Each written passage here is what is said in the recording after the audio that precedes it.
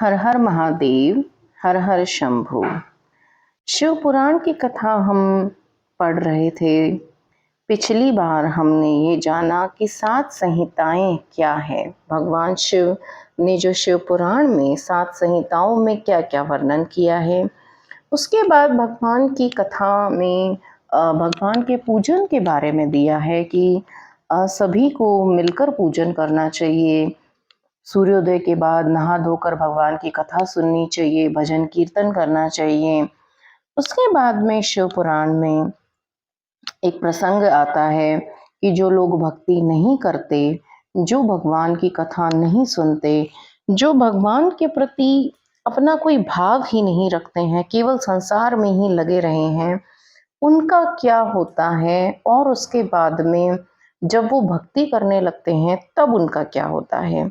तो यह एक प्रसंग है शिव पुराण का ही, जिसमें एक कहानी कही गई है। वो कहानी मैं आपको सुनाती हूँ। पुराने समय की बात है। समुद्र के किनारे स्थित प्रदेशों में एक प्रदेश के निवासी बहुत ही दुष्ट प्रकृति के थे। पुरुष पशु प्रवृत्ति के थे और स्त्रियां व्यभिचारिणी थीं। इस प्रदेश में विदुंग नाम का एक ब्राह्मण रहता था। उसने अपनी सुंदर पत्नी के होते हुए भी एक वैश्या को अपने साथ रख रखा था और वह धीरे धीरे अपनी पत्नी से विमुख हो गया। उसकी पत्नी का नाम चंचूला था। चंचूला को जब यह पता चला कि विदुंग तो उससे विमुख है और कहीं और वह वैश्या के साथ है, तो वह भी इस बात को जान के किसी अन्य पुरुष के साथ अपना प्रेम प्रसंग शुरू कर देती है। जब विदुंग को यह पता चलता है कि चंचूला ने किसी अन्यत्र पुरुष के साथ में अपना प्रेम कर रखा है, तो वह इस बात से बहुत नाराज होता है, उसे बहुत भला बुरा कहता है।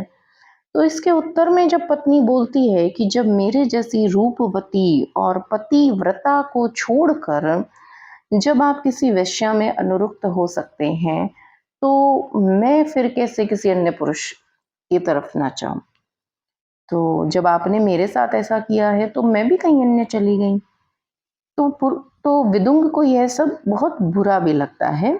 किंतु शिव पुराण में ऐसा कहा है, मैं जो ये पाठ पढ़ रही हूँ उसी में ही ये लाइन दी हुई है कि विदुंग ने कहा कि ठीक है, तुम बाहर जाओ पर कुछ तुम धन कमा कर लाओ। विदुंग ने उसकी बात को मान लिया चंचुला की, लेकिन उससे ये कहा कि तुम धन कमा के लेके आओ। तुम कहीं भी जो भी करना है वो कुछ करो, पर तुम्हें धन कमा के लाना होगा। अब इस तरह से पति की स्वीकृति पर तो चंचुला और भी ज्यादा कुमार्ग पे चल पड़ी। समय आने पर विदुंग की तो मृत्यु हो गई। चंचुला का जो पति था उसकी तो मृत्यु हो गई और वो एक पिशाच योनि में चला गया, पिशाच बन गया वो। अब चंचुला भी धीरे धीरे वृद्धावस्था को प्राप्त हो गई। जो भी रूप यौवन सब समाप्त होने लगा। वह एक दिन घूमते घूमते गोकर्ण प्रदेश में आई। वहां उसने एक मंदिर में पंडित जी को कथा कहते हुए सुना।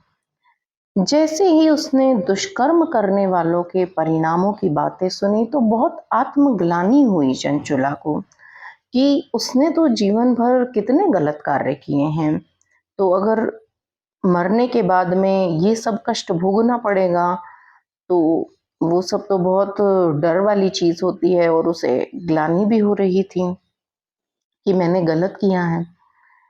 कथा के बाद वह ब्राह्मण के चरणों में गिर पड़ी और अपनी मुक्ति का उपाय पूछने लगी।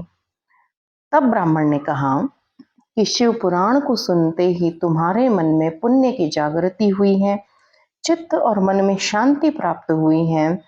अतः शिव पुराण को सुनने से ही तुम्हें मुक्ति मिलेगी, तुम्हारे पापों से तुम्हें मुक्ति मिलेगी। शिव पुराण ही एकमात्र ऐसा उपाय है कि आपको अपने पापों से वो मुक्त करेगा, क्योंकि यह भक्ति प्रदान करता है और जब हम भक्ति करते हैं तो हमारे पापों से हम मुक्त होते हैं। गणेश, कार्तिकेय आदि देवताओं की भी भक्ति शिव पुराण सुनने से ही प्राप्त हुई है। ब्राह्मण की बात सुनकर चंचुला ने उनसे ही शिव पुराण सुनाने की प्रार्थना की और फिर ब्राह्मण के कहने पर चंचुला ने स्नान आदि करके भक्ति भाव पूर्ण अपने भाव सहित शिव पुराण सुनना प्रारंभ कर दिया। चंचुला इस स्तर तक भक्ति में लीन हो गई कि उसने शिव पुराण सुनते सुनते ही अपने शरीर को त्याग दिया। प्राण त्यागने के पश्चात वह शिवपुरी में पहुंच गई और उमा सहित माता पार्वती सहित भगवान शंकर के उन्होंने दर्शन किए। पार्वती ने चंचुला को अपने पास ही बने रहने का वरदान दिया। एक दिन जब चंचुला ने अपने पति के विषय में पूछा कि विदुंग कहाँ है, माता ने कहा कि विदुंग तो प्रेत योनि में है और नरक की यातनाएं भोग रहा है, पिशाच योनि में है वो तो। चंचुला ने अपने पति को मुक्ति की प्रार्थना की कि हे माँ, आप उन्हें मुक्त कर दें।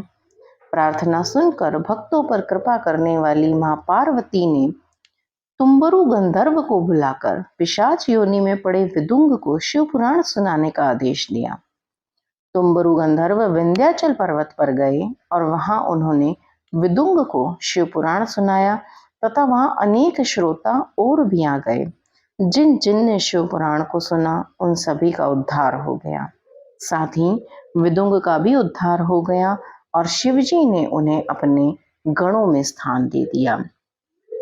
तो इस प्रकार शिव पुराण सुनने से सभी का उद्धार होता है, कल्याण होता है। शिव पुराण की महिमा इसी प्रकार कही गई है। बहुत सारे जो पाप भी किए हुए हों तो भी माँ पार्वती और शिव जी शिव पुराण को सुनने से सभी पापों को मुक्त कर देते हैं और व्यक्ति का कल्याण करते हैं। हर हर शंभू, हर हर महादेव।